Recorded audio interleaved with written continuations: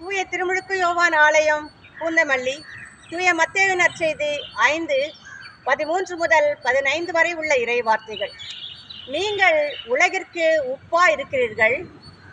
உப்பு சாரமற்று போனால் அதை எதை கொண்டு ஓர்பொள்ளதாக்குவீர்கள்? அது வெளியில் கொட்டப்பட்டு மனிதரால் மிதிப்படும். அது ஒன்றுக்கும் உதவாது. நீங்கள் உலகிற்கு ஒளியா இருக்கிறீர்கள். மலைமேல் உள்ள நகர் எதுவும் மறைவாய் இருக்காது. விளக்கை ஏற்றி எவரும் மரக்காலின் கீழ் வைப்பதில்லை.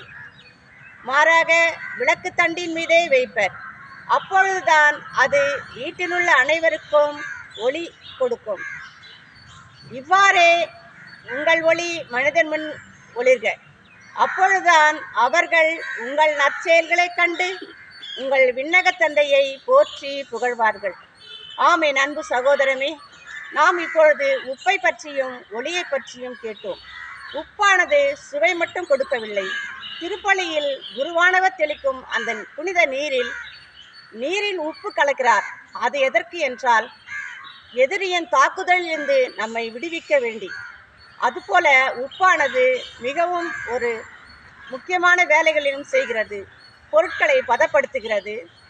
இதுபோல ஒளியும் தான் நமக்கு இருளை நீக்கி ஒளியை கொடுக்கிறது. இந்த ஒளி அனைத்து சுப நிகழ்ச்சிகளிலும் ஏற்றப்படுகிறது. இந்த ஒளிதான் முதல் மகிழ்ச்சியின் காரணம்.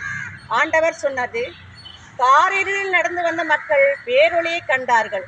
அதுபோல இந்த ஒளி நம் உள்ளங்களில் இருக்கும் இருளை அகற்றவும், இந்த ஒளி எவ்வாறு சுப நிகழ்ச்சிகளில் மின்னலை கொடுத்து வெளிச்சத்தை கொடுத்து அந்த நிகழ்ச்சியை அலங்கரிக்கிறதோ, அதே போல நம்முடைய வாழ்வும் நம்முடைய சொல்லும் செயலும் ஆண்டவரை மேன்மைப்படுத்தக்கூடியதாகவும் ஆண்டவருக்கு சுவை கொடுக்கக்கூடியதாகவும் நாம் ஆண்டவரை மாட்சிப்படுத்த நாம் மேன்மைப்படுத்துவோம் என்று கூறி இந்த நற்செய்தி உங்களுக்கு அறிவிக்கிறேன்.